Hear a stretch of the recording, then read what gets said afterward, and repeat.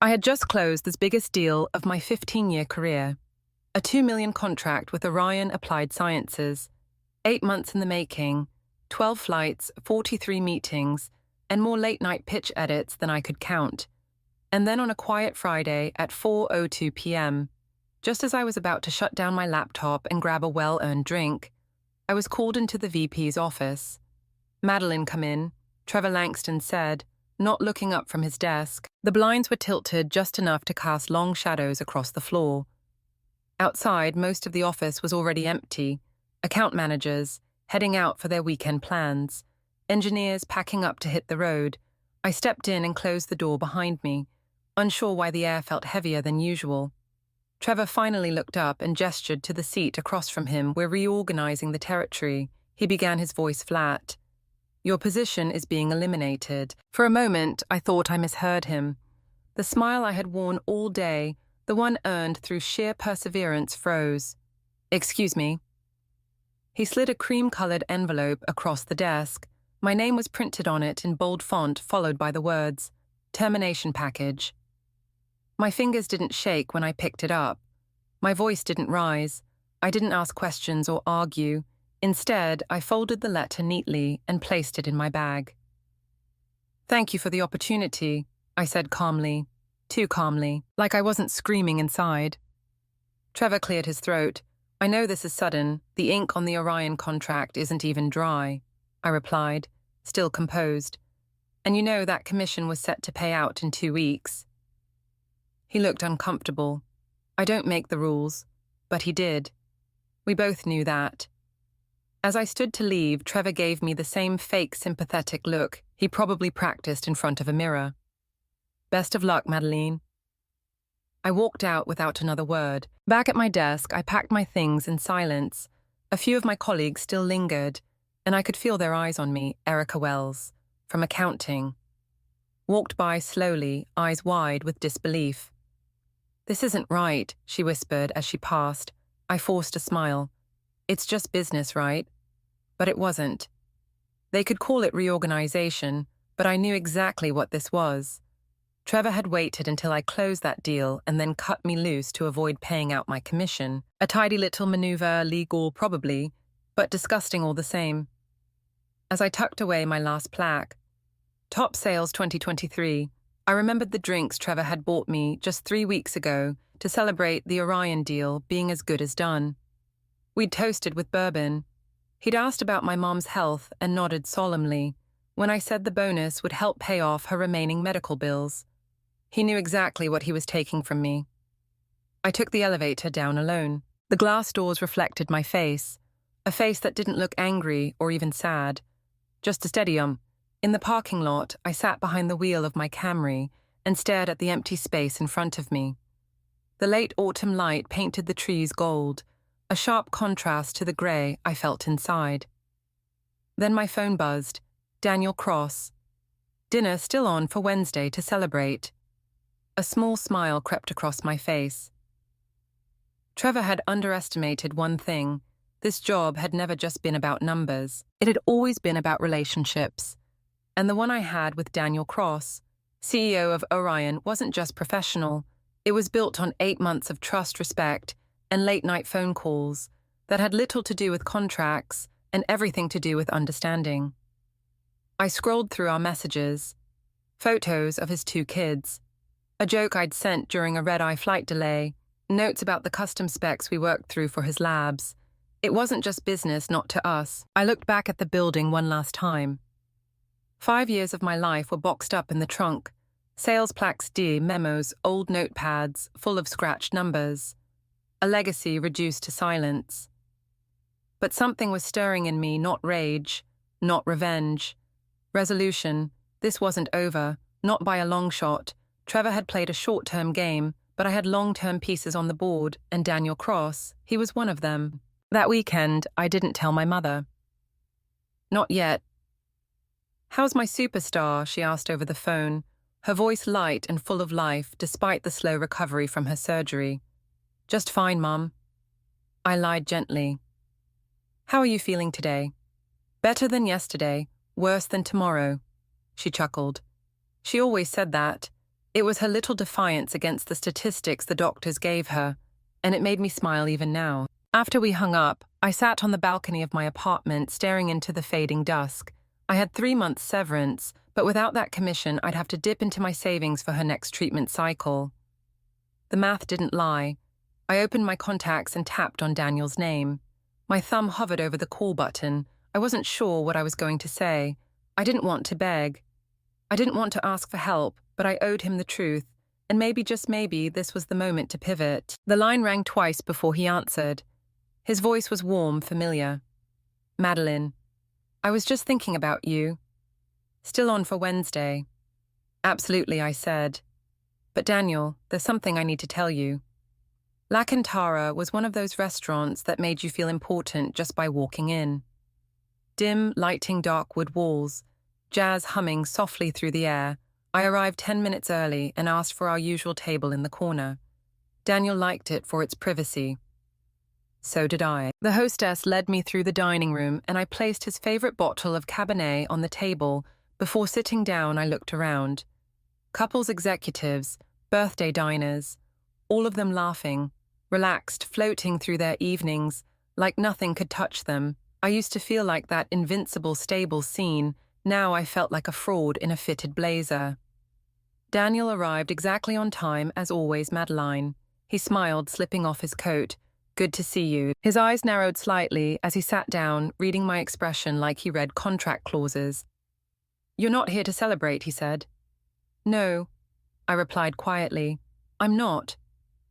We ordered food out of habit, steak for him, salmon for me, but neither of us touched the menus. Once the waiter walked away, I took a breath. They fired me, I said.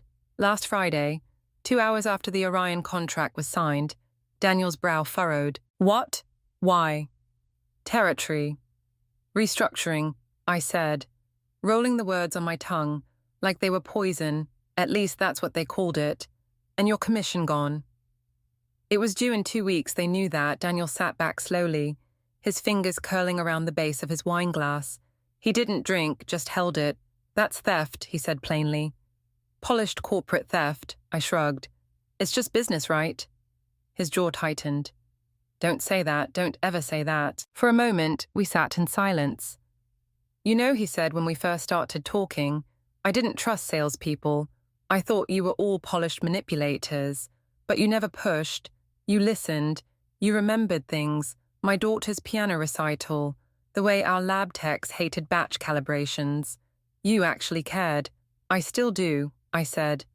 But I don't work for Lunaris anymore. He nodded. So what's next? I got an offer from Nova Edge, I said. Helena Morris reached out. I accepted. Daniel let that settle between us.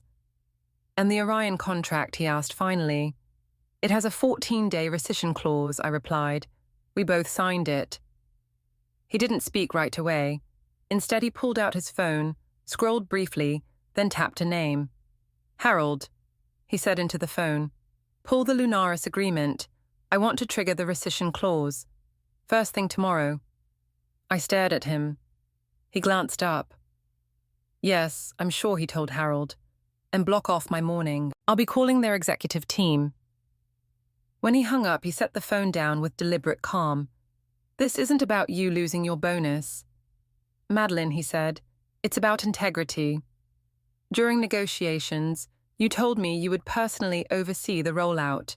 That was part of the value I signed for. I meant it. I said I still do.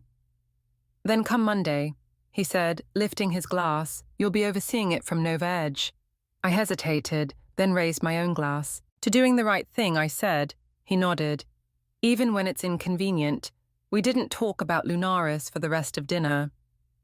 We talked about his daughter's early acceptance letter to Stanford, my mom's progress, her new medication seemed to be working. We laughed, even when I told him about the time I spilled coffee on a prototype lens 2 days before a product demo. But beneath it all, I felt something shifting, the quiet kind of power that comes from standing your ground, the strength of knowing that someone saw the injustice and said, not on my watch. After dinner, I stepped out into the night air and took a deep breath. Trevor had played his game. Now it was my move. Nova, Edge's headquarters sat just outside downtown Austin in a gleaming tower of glass and steel that looked like it belonged in a Silicon Valley magazine spread. As I stepped through the revolving doors that Monday morning, I was struck by how different everything felt. The reception area was wide and bright, clean white floors, earth-tone walls. A wall-length screen displayed live data dashboards and rotating product visuals. No clutter, no old-school cubicles, just quiet confidence. A young woman at the front desk greeted me with a warm, "You must be Madeline Helena's expecting you." Minutes later, I was in a conference room on the top floor. Floor-to-ceiling windows, views of the skyline. Coffee already poured, and there she was. Helena Morris, mid-50s, sharp green eyes, a calm authority that didn't need to announce itself. She extended her hand as I entered. "Welcome to Nova Edge, Madeline. We're lucky to have you." "Thank you," I replied, feeling honestly more gratitude than I expected. "Let's get to it," she said, motioning for me to sit. "I assume you've heard about the rescinded Orion contract I have," I said, trying not to smile. She grinned. "Word travels fast in our industry. Daniel called me on Saturday and said, and I quote, 'If you trust Madeline, I trust your team.' That meant something. In this business, trust wasn't a buzzword, it was currency." Over the next hour, Helena introduced me to my new team product leads, financial strategists, and a young data engineer named Mia, who already had mock-ups of Orion's integration plan on her tablet. "Here's where you come in," Helena said, pointing to a digital dashboard showing timelines and budget allocations. "You know Orion's pain points. You know their people. We need you to steer this ship." I nodded. "First, we need to customize the product suite. Their team doesn't want cookie cutter. They want flexibility, long-term reliability, and full post-sale training," Mia chimed in. "We can offer that, and still come in under what Lunaris quoted, especially with our warranty extensions." The finance director leaned forward. "Can you present that in 3 days?" "Easily," I said. "I've lived and breathed Orion's specs for the last 8 months." Helena leaned back, satisfied. "Then let's give them something. Lunaris never could attention to detail with backbone." By mid-afternoon, I had a working draft of the proposal, and it felt good. Not rushed, not fake, not political. It felt earned. Later, as I stepped out to grab a sandwich from a cafe across the street, my phone buzzed. Erica Wells. "Trevor's losing it," just stormed out of a meeting. "Word is, Daniel pulled the Orion contract. No one's saying it, but everyone knows why." I stared at the message, standing still in the middle of the sidewalk. Then I chuckled, not out of spite, out of recognition. For 5 years, I had built something real. Trevor thought he could erase it with one meeting and a letter, but you can't fire trust, you can't lay off reputation. That evening, I stayed late at the office with the product team. We crafted a custom integration roadmap, built on everything I knew Orion needed, but with enhancements I could never push through at Lunaris. It was better, sharper, smarter. By 9 p.m., we were ready. Before I left, I sent Daniel a brief message. "Proposal coming your way tomorrow. I think you'll like this one even more." He replied within 5 minutes, "I don't doubt it." As I walked to my car under the stars, the Nova Edge logo glowed behind me.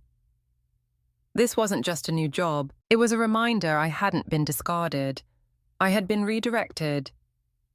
The receptionist at Orion. Applied Sciences smiled politely. "Mr. Cross is expecting you. Conference room B." I thanked her, my palms just slightly clammy, despite the layers of preparation behind me.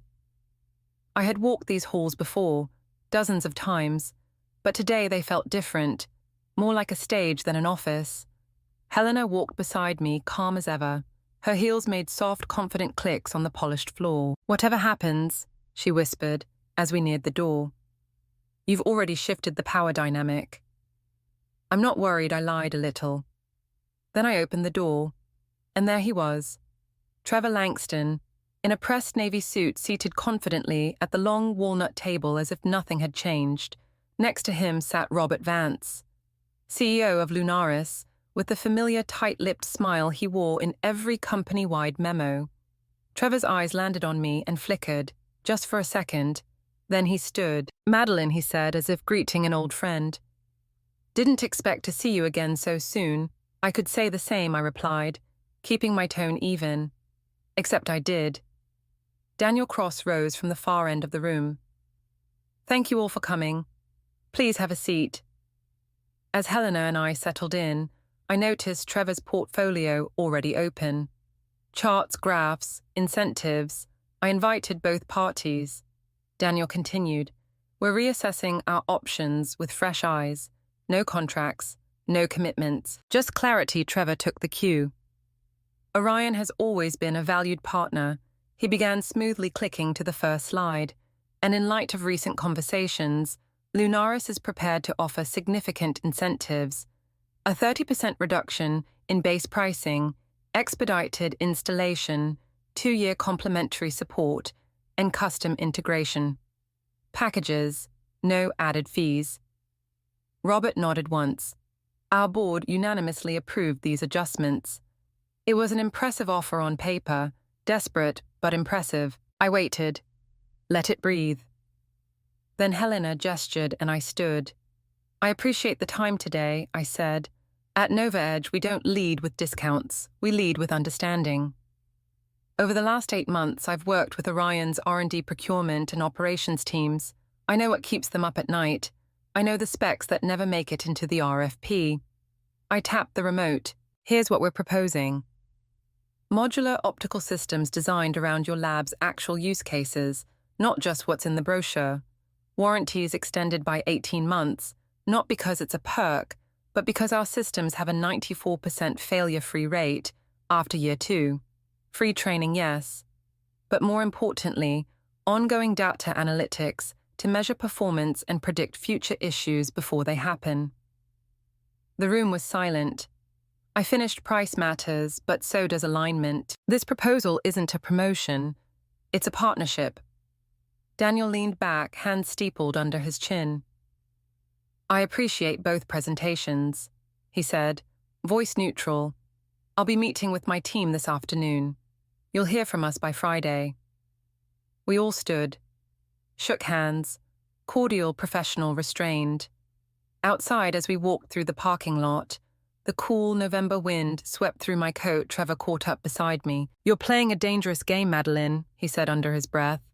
"No," I replied calmly. "I'm playing the game you started." He stopped walking. "You have no idea what you're up against." I turned to face him fully. "I'm up against someone who fired me to avoid paying what I earned. I know exactly what I'm up against." His jaw tensed. "It wasn't personal." "Then neither is this," I said, pointing toward Orion's towering building behind us. "It's just business, remember?" Helena pulled up in her car and rolled down the window. "You coming?" she asked. I smiled, opened the door, and got in. As we drove off, I looked back at Trevor, still standing alone in the wind. For the first time in days, I felt warm. Every time my phone buzzed, my heart did a little stutter. Email, text, calendar reminder. I didn't know anymore. My screen had become a slot machine of hope and disappointment. It was Thursday afternoon, 24 hours since the presentation at Orion. And I had barely slept, not because I doubted our solution. It was the strongest proposal I'd ever delivered, smart, scalable, and rooted in 8 months of insight. But I also knew business. I knew how fear could drive decisions. And Trevor was excellent at selling fear. Helena was unfazed as always. "Let them digest," she said over morning coffee in the Nova Edge break room. "We're not here to chase, we're here to lead." I nodded, sipping my coffee, wondering how she managed to look so calm, while my insides felt like a blender. Back at my desk, I reviewed numbers, adjusted projections, and checked off to-do lists. That didn't matter, not really. There was only one thing I wanted to see: Daniel Cross's name on my caller ID. At 3:17 p.m., my phone lit up. Unknown number. My heart jumped. I answered immediately. "Madeline, it's Erica." Her voice brought a wave of familiarities I didn't realize I missed. "I just wanted to say, Trevor's been in meltdown mode since Tuesday. He barged into Robert's office this morning, slammed a door. I haven't seen him this unhinged in years. What happened, I asked. He got wind that Orion hasn't returned any of our calls. And someone from procurement let it slip. They're leaning. Nova edge hard. I blinked. That's not confirmed though, right? No. But around here, she sighed, everyone's already treating it like a done deal. I felt the edges of my chest tighten. Thanks for the call, Erica. Really, Madeline. She hesitated. I hope you crushed them, all of them. You deserved better. After we hung up, I sat quietly for a long time. I could feel the shift, like the moment before a storm, not chaotic but dense, electric. That evening, I drove to see my mother. She was sitting by the window in her rehab room, reading a paperback mystery novel. She looked up, eyes warm. There's my girl. I hugged her. Held her longer than usual. How's work? She asked. It's quiet, I said, but something big is coming. I just don't know which way yet. She studied me. You know, your father used to say, you can't control the storm, but you can control the boat. I smiled. And what did you say I told him to build a damn better boat? We both laughed. Her humor had always been my anchor. Before I left, she touched my hand. No matter how this ends, Madeline, I want you to know you already won. You didn't stoop. You didn't scream. You stood tall. That matters. It did. I just hoped it would be enough. The next afternoon at 3:42 p.m., my phone finally rang. Daniel Cross. I took a breath before answering. Madeline. Hi, Daniel. We've made our decision. My throat went dry. I stepped into an empty conference room, closed the door. Can you come to my office at 4 p.m.? Of course. He didn't say anything else, just hung up. At 400 sharp, I walked through Orion's lobby. Heart hammering so hard I swore the receptionist could hear it. I was escorted upstairs, not to the conference room, but to Daniel's personal office. He stood as I entered, gestured to the seat across from him. Thank you for coming, he said. I nodded, silent. He opened a folder on his desk, revealing a freshly printed contract with Nova Edge's logo on top. We're going with you, he said plainly. The contract is being processed as we speak. I didn't speak for a second. I just exhaled. You won't regret it, I said. He nodded. I know.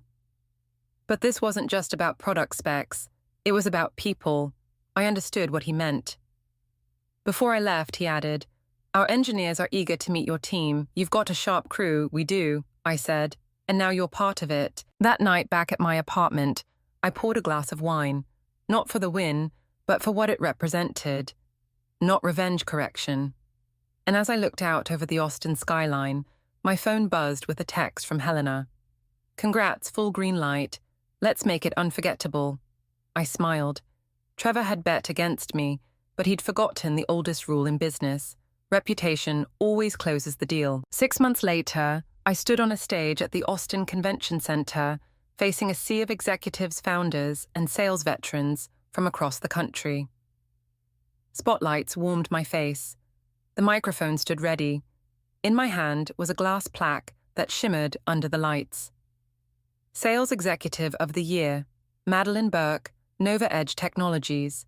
There had been applause, even a standing ovation, but all I heard really was silence, the kind of silence you get only after walking through fire and coming out whole. I stepped up to the mic and smiled. I'll keep this brief. I began scanning the crowd, because real success doesn't need a spotlight, it just needs results.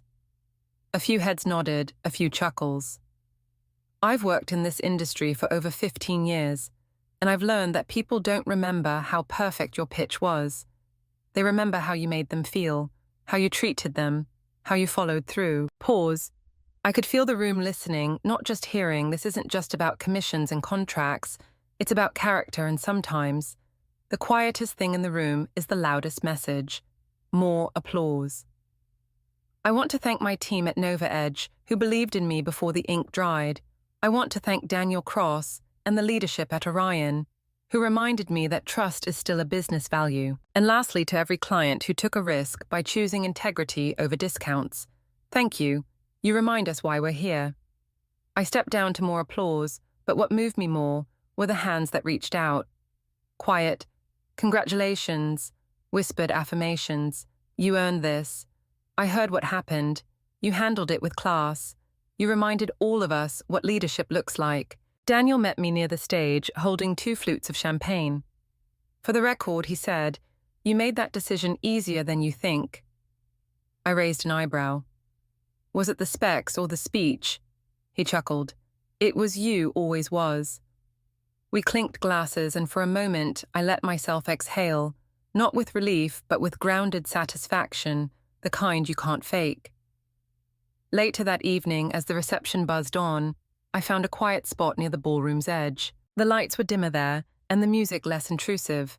That's when Helena found me, tablet in hand. "You'll want to see this," she said, scrolling to a headline.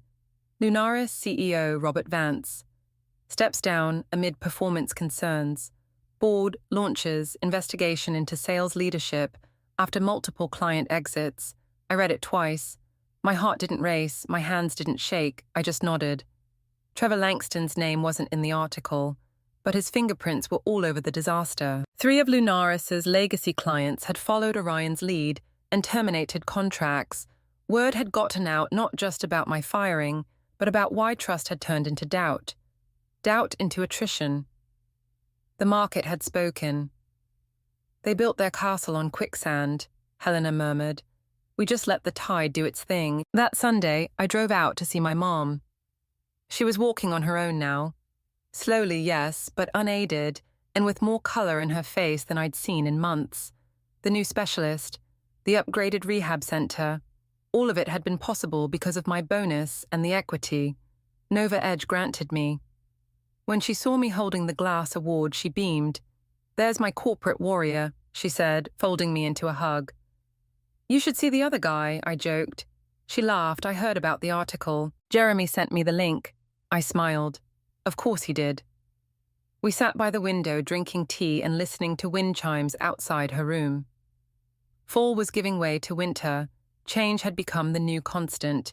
"You know what your father would say about all this?" she asked. "Live well," I answered softly. "It's the best kind of revenge." She nodded. "He'd be proud. Not because you won, but because of how you won." Later that week, I met Jeremy for lunch at a new cafe downtown. He slid into the booth grinning. "I signed with Meridian sales director. Base is 15% higher than Lunaris. Ever paid. Better territory, too." "They're lucky to have you," I said. "I almost sent Trevor a fruit basket," he joked. "Lunaris is bleeding talent. And rumor has it, a few more execs are jumping ship." I sipped my coffee and leaned back. They created that storm. All we did was walk away from it. Jeremy grinned. "You didn't just walk, you walked upwind and brought the thunder." Back at Nova Edge, I now led a team of 12.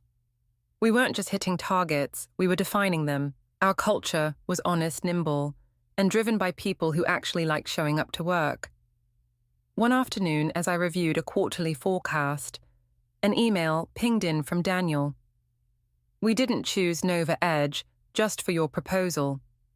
We chose it because they chose you and you." Madeline made it clear that doing business right still means something.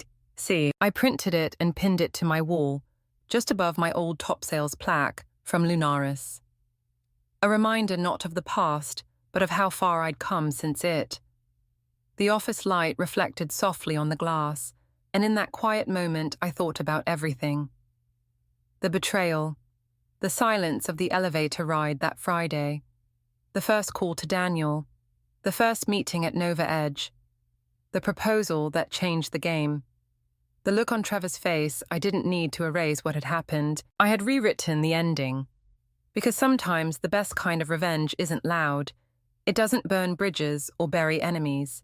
It just builds something better, so good, so undeniable, that even your enemies can't look away, and eventually they become just a footnote in your story. True success isn't about crushing others. It's about rising with integrity when others try to bring you down. Madeline's journey teaches us that character consistency and quiet strength can outlast manipulation and greed. In a world where loyalty is often exploited, those who lead with values, ultimately earn deeper trust and longer-lasting success. The best revenge isn't retaliation. It's building something so powerful, so principled, that it speaks louder than any accusation. People may forget numbers, but they never forget how you made them feel. And in business, just like in life, integrity always has the final word.